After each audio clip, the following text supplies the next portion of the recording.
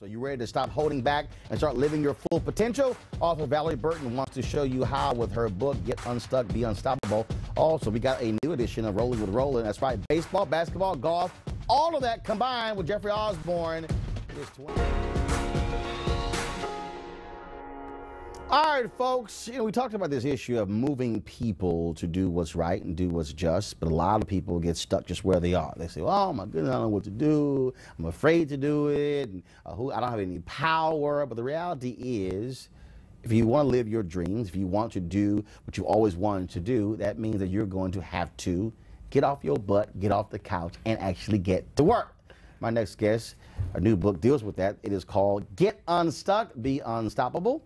Live the amazing life God imagined for you. Valorie Burton is the author. She's the founder of the Coaching and Positive Psychology Institute. She joins me right now. So, Psychology Institute, get these people straight, huh? Trying to coach them into something. That's right. All right, so what is the main reason people just sort of stuck? They're afraid. It's always fear, and we tend to have a fear pattern. Yours might be fear of failure, it might be fear of success, it might be fear of losing control, fear of disapproval. Whatever your fear pattern is, it probably shows up in all the different areas of your life, and you're not going to do anything without courage. So expect the fear. It's not a stop sign. Keep moving forward. It drives me seriously. It drives me crazy when people talk and they go, "Oh, I could do this. I can do that. I would love to do this. I love to do that." Then I go, "All right, go." Right. And then, well, no, I'm like, what the hell are you saying that for? I mean, seriously, that totally drives me crazy when I hear that. Yeah. Because I'm just the kind of person where I'm like, all right, start. Let's go. Right. Let's roll. Yeah. I think for a lot of people, they are so stuck in the idea that if I move forward, what if things don't go the way that I thought they would go? Do I have the resources? We want everything to be spelled out before we move forward, and nobody succeeds in that way. But the bigger issue is really that you were placed here for a reason, and who wants to get to the end of their life and realize all along the way I was acting like it was a dress rehearsal as opposed to behaving as though this is my life. What is it that you want to do? And stop making excuses. My dad said something. I was speaking at Fountain of Praise in Houston, a men's ministry, and he introduced me and he said the one thing that I've always appreciated about my son is that when he said he was going to do something, he's going to do something.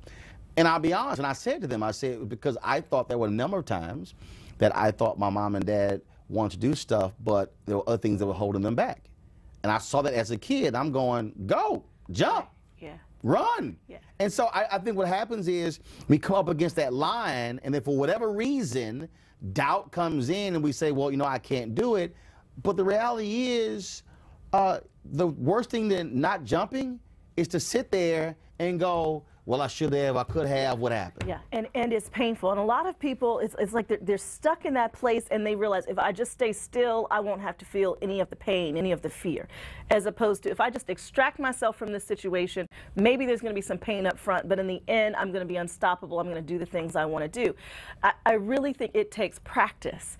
And some people it's more natural than others. I mean, I've known you a long time. You always, when you said you're going to do things, I mean, there are times when I was like, well, he did say he was going to do that, right?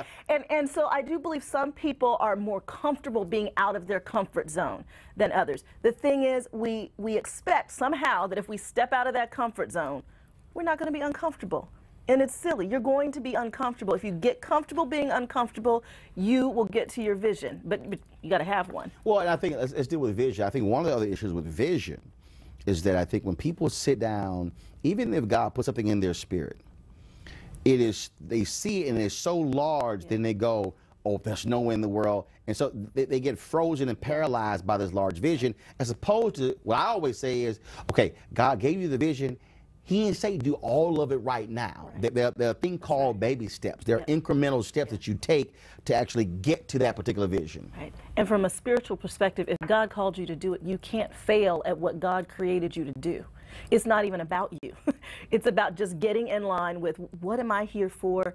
God can't fail. If I line up with what He has for me, I'm going to succeed. And if I do what he tells me to Well, do, that's a big but when you want to hang a right and he said turn left, you might have a problem. That's right. And again, it goes back to our desire to always know how everything is going to turn out. Oh, that's what kills me. It's not, I'll sit there and I'll go, you have no idea. I mean, because someone asked me, they said, well, well, how did you get to where you are? I told them, I said, first of all, it was never even my intent to actually be on television.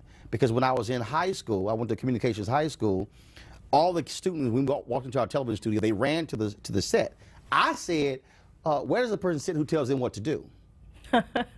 So that was never even the intention. Right. It happened. I knew I could do both. I could do behind the scenes and in front of the camera, but it wasn't like I said, okay, that's really what my mission was.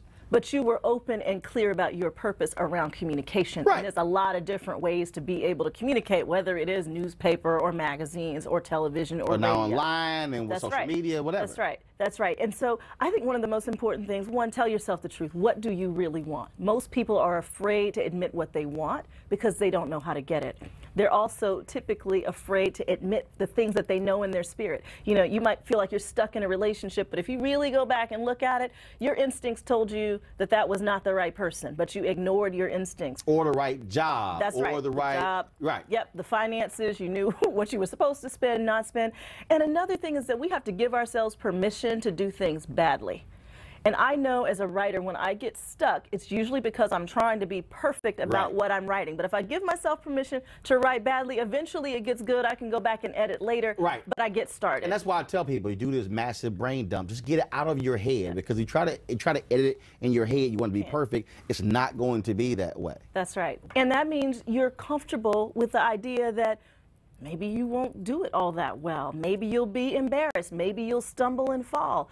But being unstoppable means I fall, but I get back up. It doesn't mean I never fall. And we have to get comfortable with that. I think we get stuck in this idea that things have to look perfect and we have to look perfect. And when you get comfortable with, you know what, it's going to look a little messy. But as long as I'm moving forward and moving in the direction I know I'm supposed to move, I'm unstoppable. All right. The book is Get Unstuck, Be Unstoppable. Author is Valorie Burton. Live the amazing life God imagined for you. Always good to see you, darling. Thank you, Roland. All right. Have fun in the ATL.